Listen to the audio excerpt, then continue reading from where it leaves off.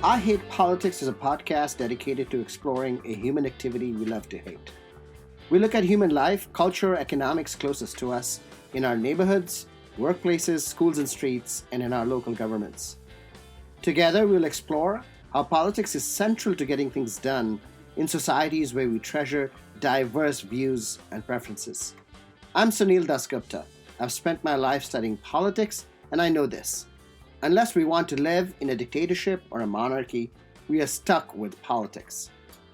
Politics is more than just Trump, Biden, or elections. It's how we fix potholes, make our streets safer, where we put our schools, and decide who goes to them. It's about coming together as a community. It's about us. Let's go find those stories.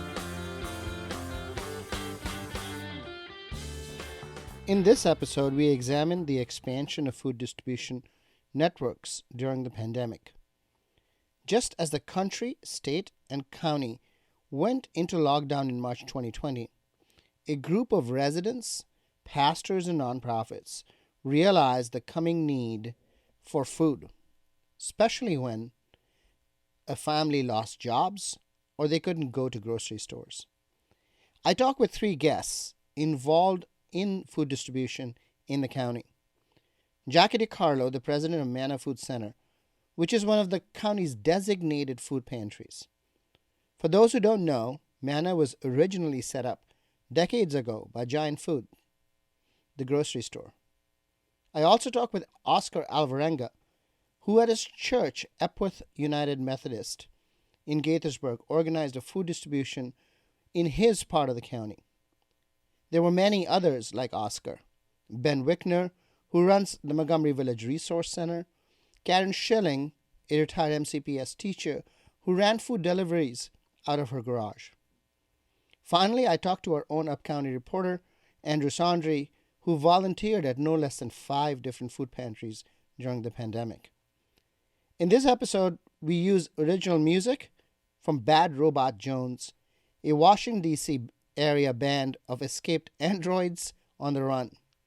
Mixing punk, progressive, and indie rock, they play songs about assassin robots, Vulcan rituals, and the fall of galactic empires. Zach Parkman on vocals and guitar, Joey Jenkins on drums, Doogie Whitaker on bass and vocals. Doogie Whitaker also works for the Manna Food Center. Take it away, guys. Now I have a comma on it.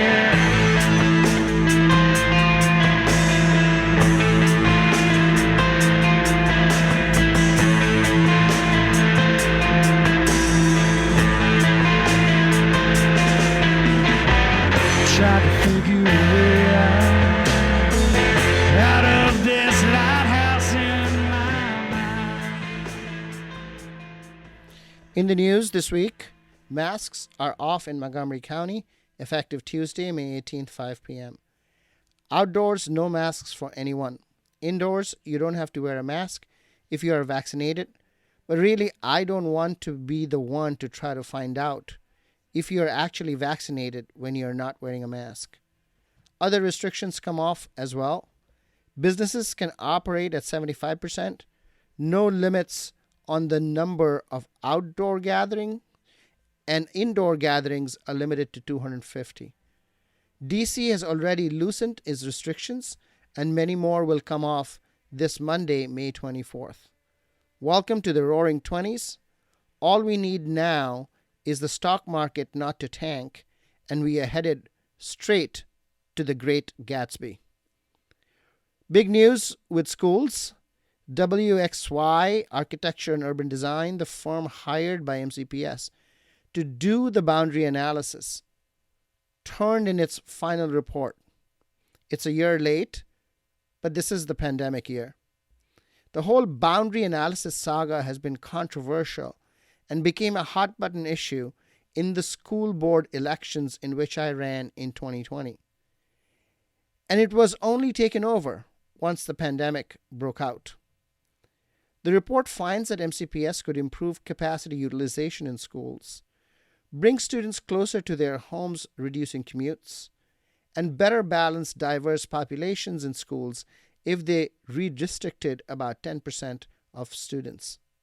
The firm did not recommend specific school boundary changes, and Montgomery County Board of Education members have said that they are not going to take any immediate action. Too many unknowns, said one member. And another said it will cause unpalatable conversations. If you will indulge me for just a minute on this issue. First, the truth is that Montgomery County voted overwhelmingly for at-large Board of Education candidates who supported boundary change and rejected all anti-boundary change candidates by a big margin. Yet board members find that the prospect of boundary change is unpalatable. Second, I'm not sure I needed $500,000 to find out that redistricting would help with capacity, proximity, and diversity. But contested issues in public policy are often given this data-gathering treatment, and then they lie around waiting for an opportune political moment for action to be taken.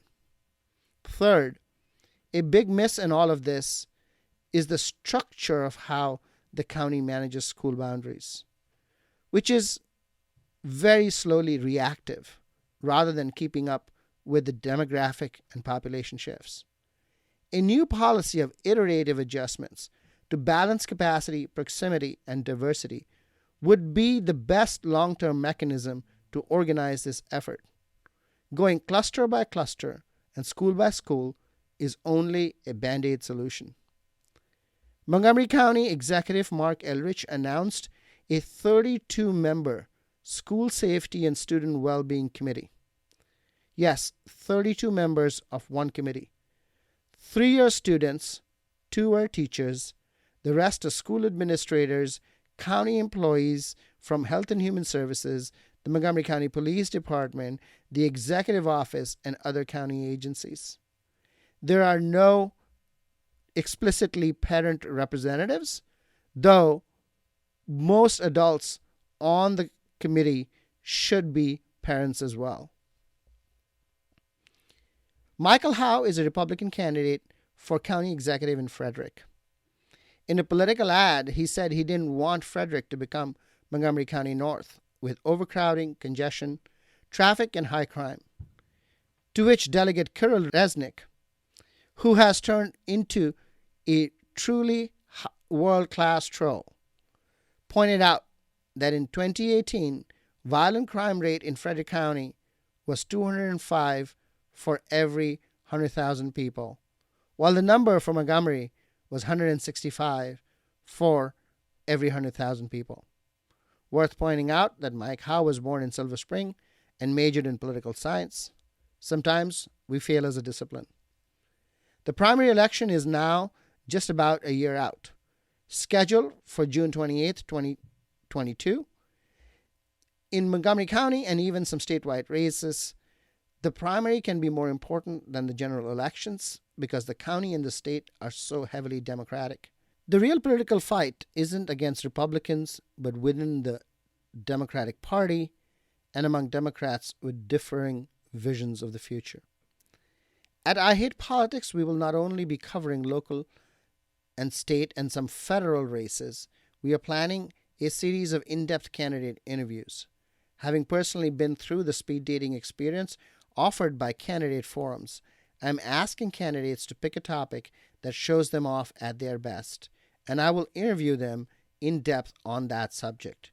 If you are a candidate or have a favorite candidate, please reach out at ihppod@gmail.com or on Twitter at ihppod. I'll be back with our guest for this week.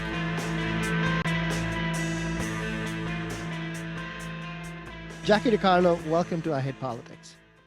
Thank you so much for having me. I'm really glad to be here, Sunil. Manna has been a long-standing part of food security in Montgomery County. In March 2020, when COVID hit, where were you and what did you do after that? Well, I actually was on vacation the last week of February, early March, and didn't check my email, barely watched the news. When my spouse and I got to the airport, we noticed people were wearing masks.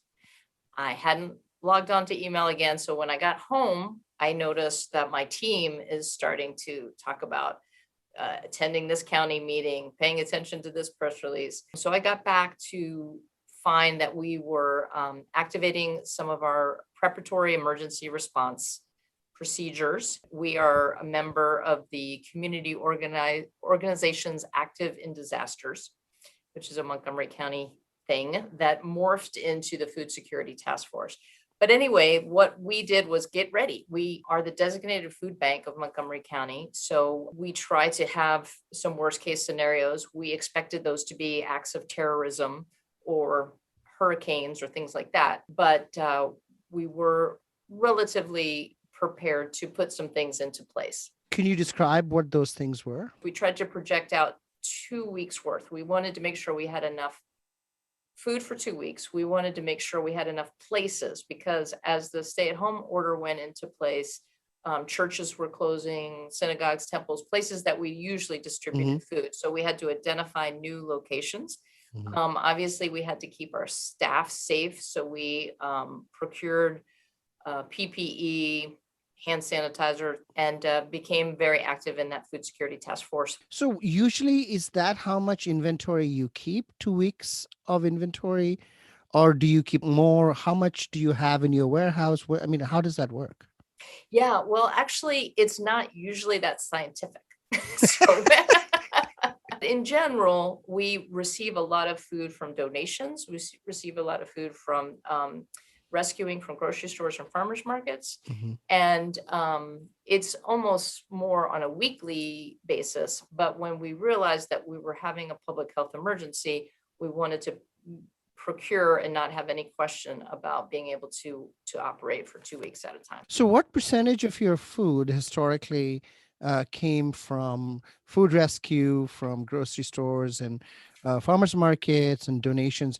Where does the food come from? So typically we purchase about a third of our food because we do have a program that's targeted to address childhood hunger and promote nutrition in families with children. And so we don't want to leave that up to happenstance. And then about another 30 or so percent, we rescue from grocery stores. So we were founded in part by Giant Food. Actually, the big box stores are really helpful to us, like Costco and Target. Also have great relationships with farmers markets during the season. So we get about 20% of our food from farmers markets and those kind of relationships with the ag community. And then there are food drives. So Scouts will do food drives for us. Faith-based groups will do food drives for us, the business community. So if you cobble those all together, that's how we typically get food. When it came down to the pandemic, of course, we used what was on our shelves, and then we rapidly tried to get as much as we could by purchasing, first because we kind of had a stockpile mentality, and second because the grocery stores were no longer able to donate their surplus to us because they didn't have any surplus. What did you do? We had to limit the offerings, obviously. So we went down to the basics. Early on, we just procured as much healthy food as we could. And then as it went on, we did start to do contactless food drives with community organizations and individuals. When the summer came and the growing season, we really, with the county's help and the community foundation's help, were able to expand our farm to food bank program. And then there was early on federal action. There was some federal commodities that we were able to get, particularly produce, and a program called Farmers to Families. Typically, we only get about 5% of our food from the feds, but it seems very uncertain on a week-to-week basis of how much food you will have, which then means that you have difficulty making commitments ahead of time. How do you do this just-in-time management? This has gotten to be an even bigger problem for us. Well, before the pandemic, we shifted to a choice model. So a lot of times people think of food pantries being a prepackaged box of food or bags of food. But we had, over the past 5 years, slowly migrated and evolved our model to choice model, which we believe is better because it reduces food waste. People get what they actually want. It is more culturally appropriate. It allows folks to make choices based on their health concerns, their religious preferences. And so we have these mini markets. There's one actually in Silver Spring, and we allow people, depending on their household size, to just pick whatever they want in a market that looks like a little mini Aldi's or Whole Foods or something. So that does create some problems, because if we're getting food that's donated, and say folks really want rice, and they like Uncle Ben's rice, but someone else likes brown rice, Mahatma rice, and we only got Joe's yellow rice donated. This is a problem, because people aren't necessarily interested in that. So we have a most needed list. We ask not necessarily by brands, but by the types of food, because again, we're not just interested in giving out food. We want it to be healthy, nutritious, and appealing. So it is happenstance, but we try to categorize the types of food that we want and need. We try to follow the My Plate federal guidelines of, emphasizing produce and veggies. And then we do have some reliable partners. Again, I mentioned Giant, but they are notable because they have a program for donating proteins, so frozen meats. So we know that if they're able to donate chicken and ribeye or whatever, but it changes week to week, and the amazing logistics team of Manna figures it out. Yeah, it does seem like an amazing logistics team. That was my question. It seems like a Herculean problem to be able to predict what you will get, what people will want, and to be able to match it somehow. This is one of the flaws in the model. It was funny. I've been at Manna 8 years ago. My first public speaking was in a church basement at a Lutheran church, and I was there asking them to do a food drive. And this very, smart young person, college age, said, well, why don't I just give you money so that you can buy what you want? And I was like, they haven't given me that talking point yet, but it makes good sense. And so now we do try very much so, even again, pre-pandemic, to ask for food and funds. We need food, funds, and friends, volunteers as well. Do you think it is just better to give out money as well as to receive it? So certainly this is something that we have talked about when it's at the national level, for a guaranteed basic income, or even when folks want to give us gift cards, which they would then want us to pass on. Gift cards are heartburn to accountants. It's a very hard thing to audit. But what I will say is that one of the things that we are growing more and more focused on is building our capacity to do outreach for SNAP, or what some people used to call food stamps, because we do want to try to get people the money they need to make their own purchases. So either to supplement what we give them or instead of what we give them. And clearly buying your own food is the ideal. So you said you did get some county help.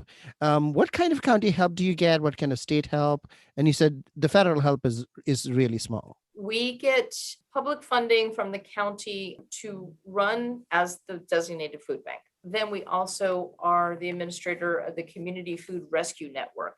And this is actually a great example of our partnerships in action, because this is where we have food service providers, whether they be grocery stores or restaurants or farmers market. When they have surplus, we act as kind of a traffic cop and actually use an Uber or Lyft type technology to match that food with ourselves, of course, if we need it, but other food assistance providers. So it could be Shepherd's Table in Silver Spring. It could be Only Help or Gaithersburg Help, one of the volunteer-led organizations. And what we do also, we have volunteer food runners. We'll pick up the food and take it to the location.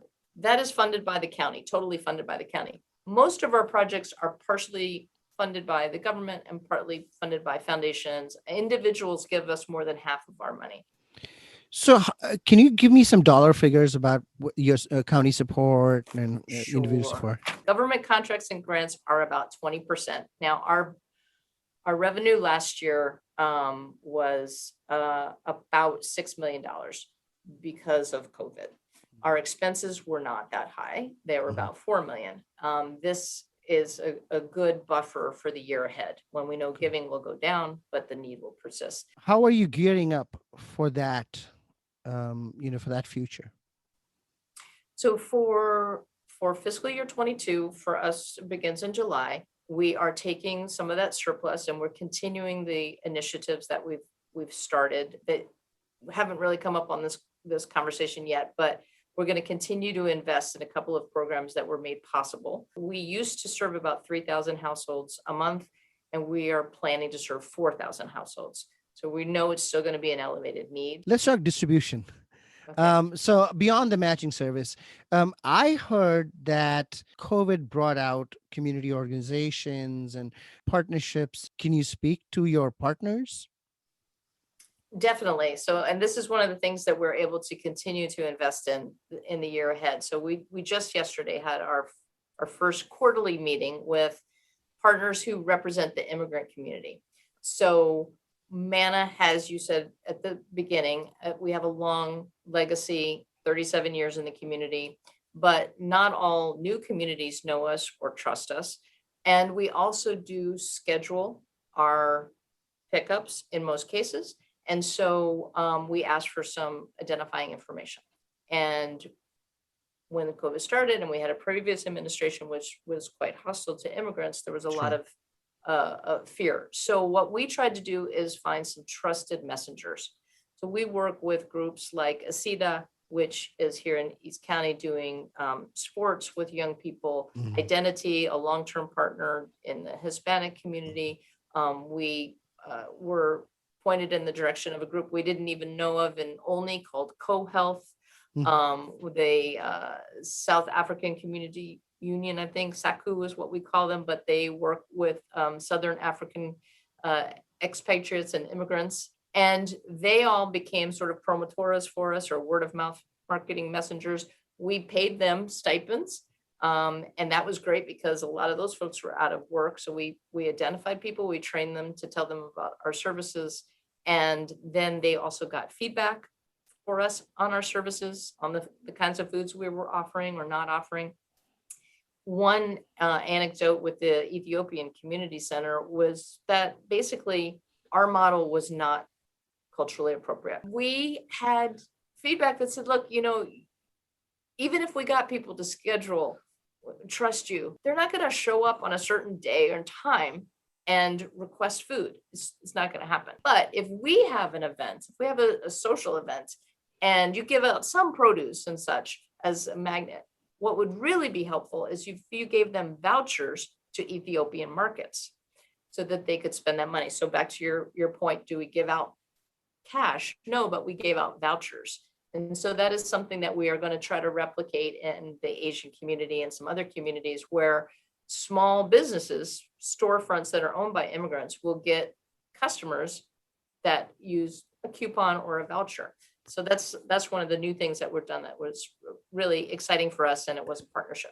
Do you identify food deserts in Montgomery County? Yeah, so we are very fortunate in Montgomery County, and Manna is an active participant to have something called the Montgomery County Food Council. And they are trying to have a fair and sustainable food system. So they work on ag issues, food security issues, food literacy issues. We do have 12 priority zip codes at Manna that we are focused on. And that is a combination of factors of what the levels of food insecurity are, what are the levels of diet-related disease. And it won't surprise you that pretty much those same priority zip codes became the zip codes where the highest incidence of COVID. Looking at the future, how do you describe the politics of food in Montgomery County? I want folks to think about food justice as much as food security.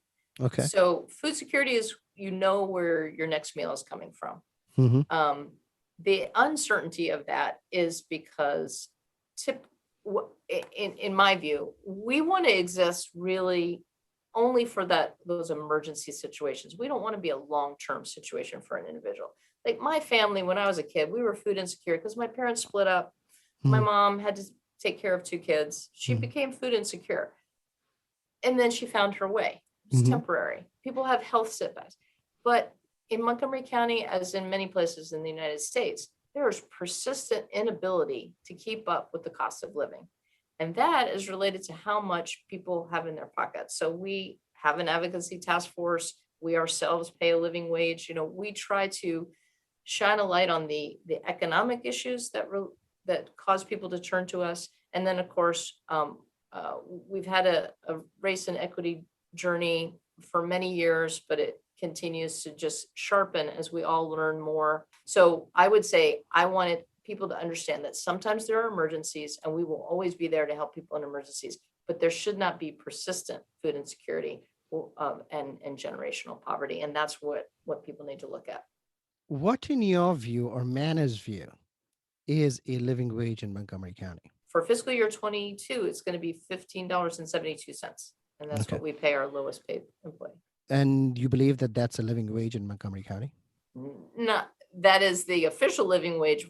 It all depends on your household size. It all depends Sure. on the number of hours you work, that sort of thing. So we go with the standard. Our standards, which we've waived during COVID, but typically we use the self-sufficiency standard, which Montgomery County Department of Health and Human Services produces. And that, again, to use my mom as an example, she was a high school grad. If she was working now, she would have to make $82,000 a year to not need Manna or SNAP or housing vouchers. At $16 an hour for 2,000 hours a year, that's 32,000.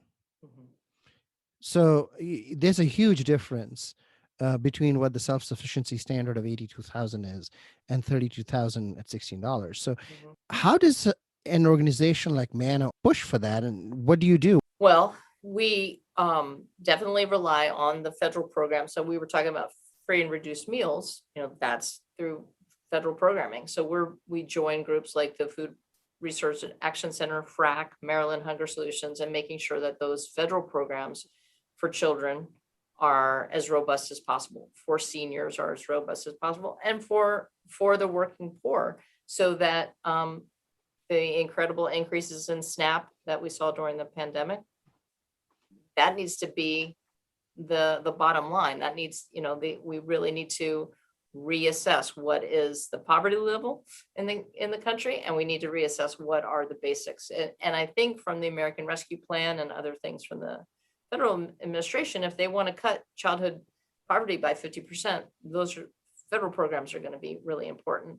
So we have that as part of the solution, a just economy as part of the solution, and then that we have efficient programs that fill the role of the nonprofit sector and be that safety net. Well, before we go, do you want to plug the donation for Manna Food? Mannafood.org is waiting to share information about how you can donate food or funds, and as well as how you can get involved in our program as a volunteer. Or I will say, I just came this afternoon from a facilitated conversation that we do once a month called Breaking Bread.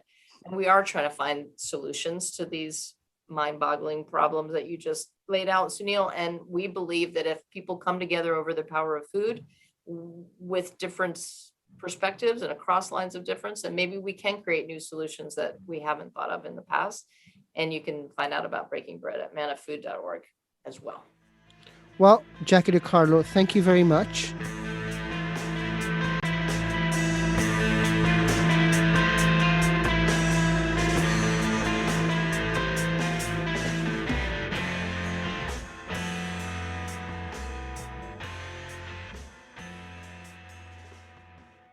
Oscar Alvarenga, welcome to I Hate Politics. Thank you, Sunil. Excited to be here. All right. So you have been at the forefront of food distribution in Montgomery County throughout the pandemic. Tell me, when and where did you start? Well, we started at Epworth United Methodist Church in Gaithersburg. Really, we started around April when we realized that there was folks that couldn't or shouldn't be going out to grocery shop when everything started to shut down. But we started with about 6 families total for the month. In May, we went up to about 20 to 25 families. By the end of May, we were serving about 100 families a week. And by June, we were serving over 200 families a week. You started really small. How did you see that need? Yeah, so a small group of us, the pastor and other members of the church, came together and realized that one of the biggest needs normally is food, right? Right. When families starts losing income, one thing that does not stop is hunger, Mm-hmm. and that food needs to be on the table. Mhm. And when we saw that other places were starting to expand their food distribution, we have a partnership with the Lord's Table, which is the Upper Montgomery County food soup kitchen. And one of the things that they noticed is that while a lot of places were starting to give food, it was a lot of canned food and some produce, but very little protein in a sense of like chicken and Mhm. meat. And that's where our church wanted to really step in and be part of how can we create a box of food for families, and then also be an ongoing to these families and have partnerships. And so you have a standard box of stuff? What is in it? Yeah, so we have rice, we have beans, we have maseca, which is used to make tortillas. We have oil, cooking oil in all the boxes.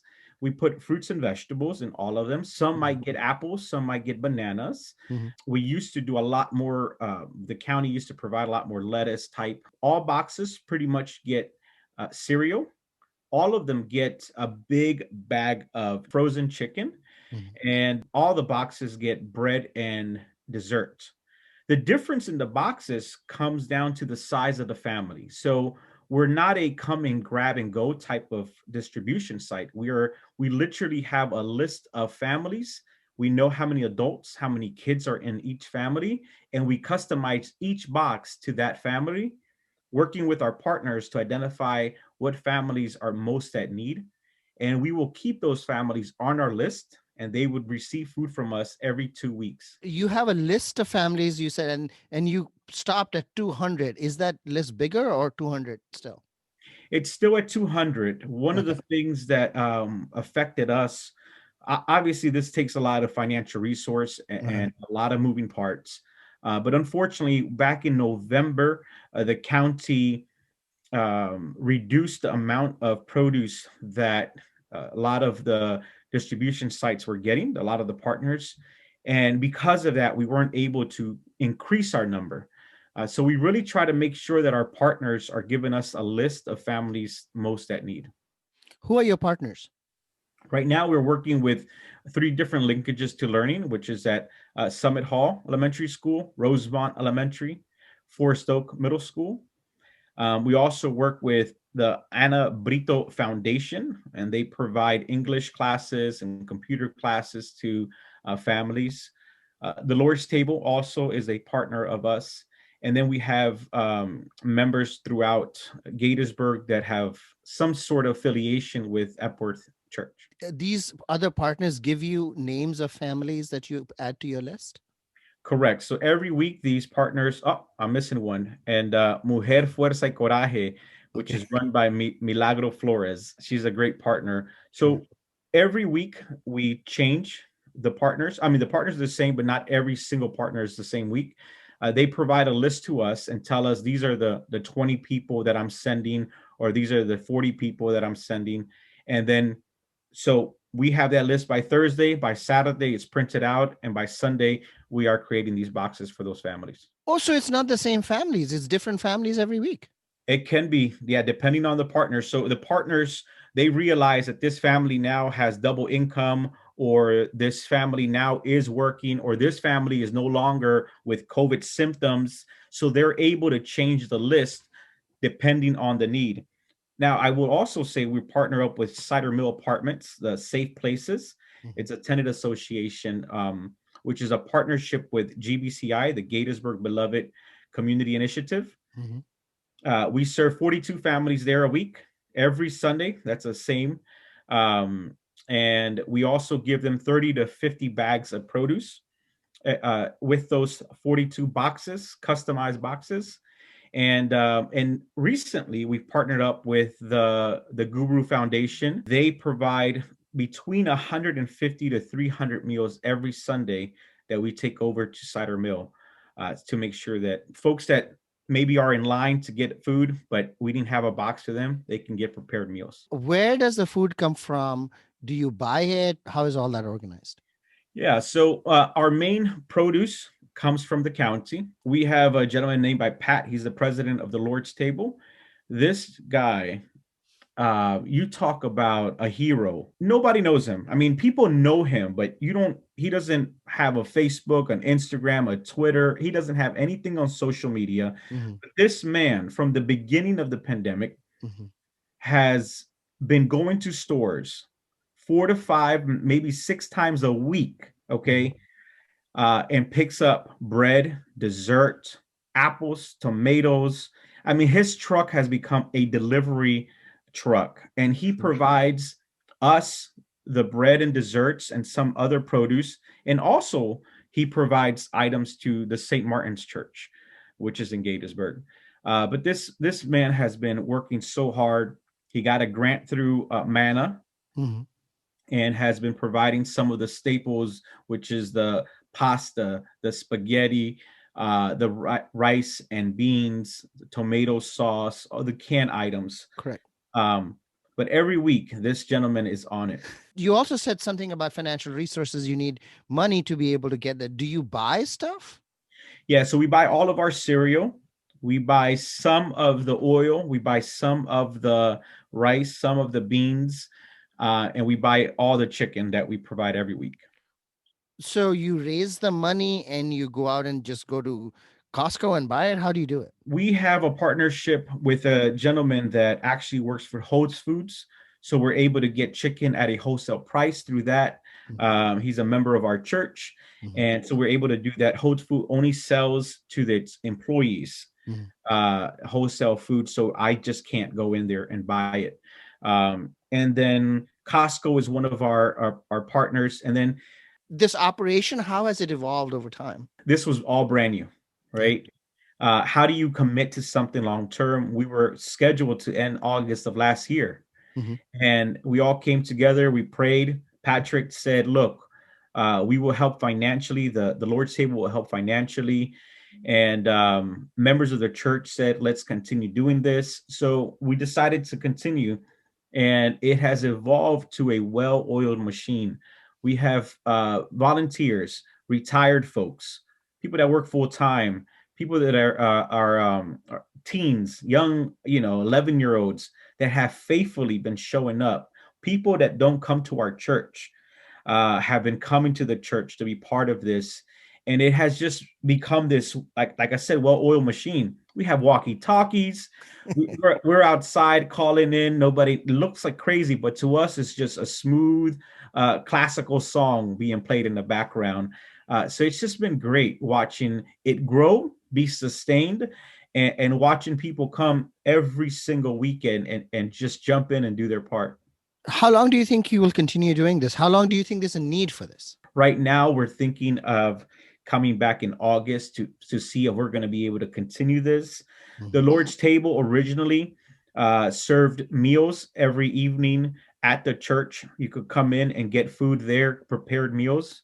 They would like to start that back up. Right now, they're doing lunch bags.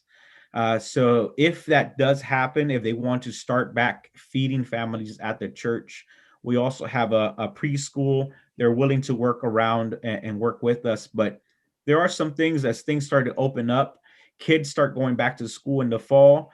Obviously, our manpower is going to be less. And so we want to be respectful of the people that have been volunteering with us. So August, we're going to come back and regroup and see if we're going to continue. But that's our next date of looking. And I don't know what the county plans are also, right? Like how long they keep, they're thinking of keeping going. The need is going to be there. One of the things I remind folks is that hunger was there before the pandemic. Yep. Right. Poverty was there before the pandemic. And this has just brought it, so much to people that didn't expect, right? That they were going to lose their job. And as somebody that has been at the receiving end of this, you don't have to be homeless to not have a full fridge. Sure. right? So the need's going to be there. I think it's going to be there. Unfortunately, definitely for the near future, next couple years, when the state emergencies start disappearing, when a lot of the assistants, that extra assistants start disappearing, you're going to start seeing that second wave of poverty. That's right. Right now, a lot of folks are being sustained with this extra help. But just because it's nice outside and the birds are singing and things are getting better and people are being vaccinated, there's a huge ripple effect that catches up eventually for those that haven't been able to have that money, that stable income. And when they do, it takes time. You have to pay down debt, and that takes a long time. Yep. So we hope that the county continues providing with the Gaithersburg Hub, the Montgomery Village Resource Center, the Equity Hub there. We hope that the county continues to support them in providing resources so they can continue being that they're big organizations. Can you explain the Gaithersburg Hub, the Montgomery Village Equity Center? What are they? Yeah, so the Gaithersburg Hub was created in partnership with the city of Gaithersburg. They're at Seneca Creek Church, Community Church. They have been receiving a lot of produce. They've also been receiving diapers and women's hygiene items. Also have been like a resource center if you have questions about rent, about utilities, about these other things that come up when the pandemic hit. They've been very well organized. And so that's the Gaithersburg Hub, and they're on their Gaithersburg website. Mm-hmm. The Montgomery Village Resource Center is at Lake Forest Mall, and that's run by Ben Winker. Yeah. And he started, literally during this pandemic, outside of a church in the parking lot, and now has moved into Lake Forest Mall and has done amazing things. I mean, they're feeding 500 families every 2 weeks, I think. Also, diapers, the same thing. They also have clothes for women and children that might need some clothes, and it just has been doing amazing thing, including being one of the first vaccination sites outside of a clinic. So they've partnered up. So they've been doing great work. They also plan to be doing this for a long time. They have the capacity to do it, and so I feel the county supports them in that work.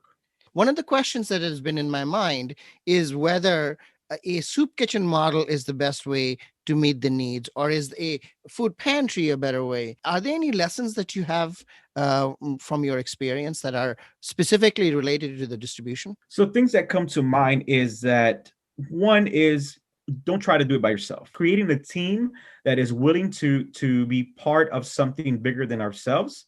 And that helps with all the micro things. I don't think a soup kitchen versus a pantry is really where it's at. It's both, just because people are at different levels of need. A soup kitchen does provide a place for, you don't have to worry about cooking. You can just come in and eat your food and walk away. And it lets you also build a relationship with people, which is something extremely needed. Right? People feel lonely. People feel like it's just them. So that creates that space. A pantry is great because you can come in and get what you need and then go home and prepare something for your family. Some people are, embarrassed that they are even there. One of the things I've learned, though, is that the community has embraced organizations like us to help. They really feel that we're not trying to just give them a handout, that we are trying to provide, but also encouraging them in this journey that they're going through. I think moving forward, one of the things I've learned is that we have to partner with our local farms. We have to do a better job in working with our grocery stores, that fresh items and protein like meat, any type of meat, is such an essential part of people's meals. The other thing is being culturally understanding. When we have families that we know are African families, every once in a while somebody will get this like extra stuff that has African spices. And we make sure that those spices go to our African families because we know that that's what they use. This isn't about, embarrassing somebody or telling them, here's a jelly sandwich, right? You should be happy you have food. No, we're intentionally trying to help them in this journey that they're going through right now. So I think all those pieces are necessary as we continue going. Well, Oscar, thank you so much. Thank you for what you do.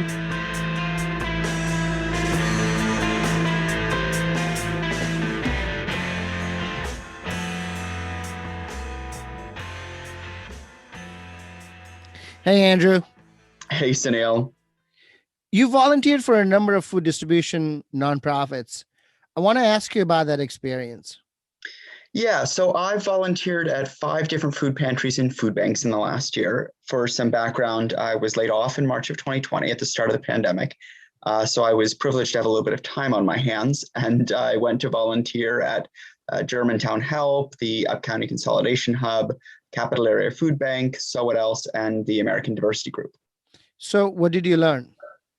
First, most of the organizations that I volunteered for were previously working on other issues and pivoted to food distribution once the pandemic started.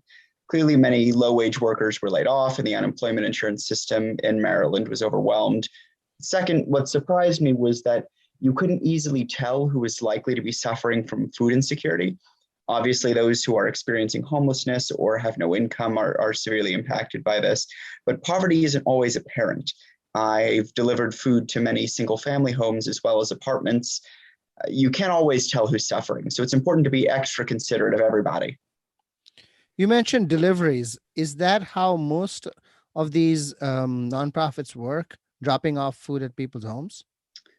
Deliveries are one way, yeah. The other is taking a large truck of prepackaged boxes or bags of food into a low-income community and setting up a table at a previously established and advertised place so that residents can come down and pick up things at their own convenience. So what are the relative merits, the advantages, disadvantages of each strategy? Well, home deliveries are excellent for those who work at inconvenient hours and those who can't make it to a public distribution event that may only happen periodically in their area. Also, those with various disabilities might be unable to easily travel to a centralized location. But home deliveries are also dependent on folks reaching out to organizers directly. So they tend to skew towards folks who have personal connections or who have the resources to know where to look for assistance.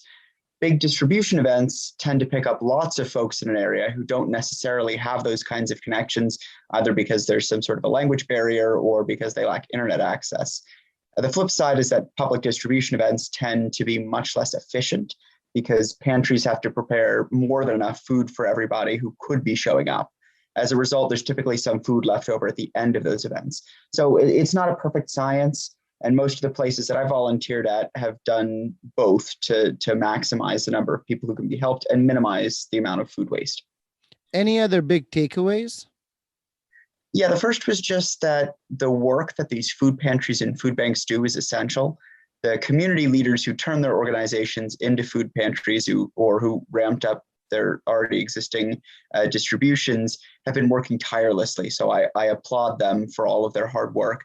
The second big takeaway is that the face of poverty is not always what it's stereotypically perceived as. Your neighbors could be experiencing hunger and you may never even know it. So it's important that you check in on everyone in your community. Lastly, direct personal connections are invaluable and allow people to get the help that they need while feeling respected. Good job, Andrew. Are you going to continue this volunteer work? Absolutely. And I invite anyone who's got any amount of free time to join me. How? Where should they find this information? The best source of information is Montgomery County's Volunteer Center website. You can just Google Montgomery County Volunteer Center. It's what I did at the beginning. And it comes up with a really great list of organizations that you can reach out to and offer your help. Thanks, Andrew. Thanks, Sunil.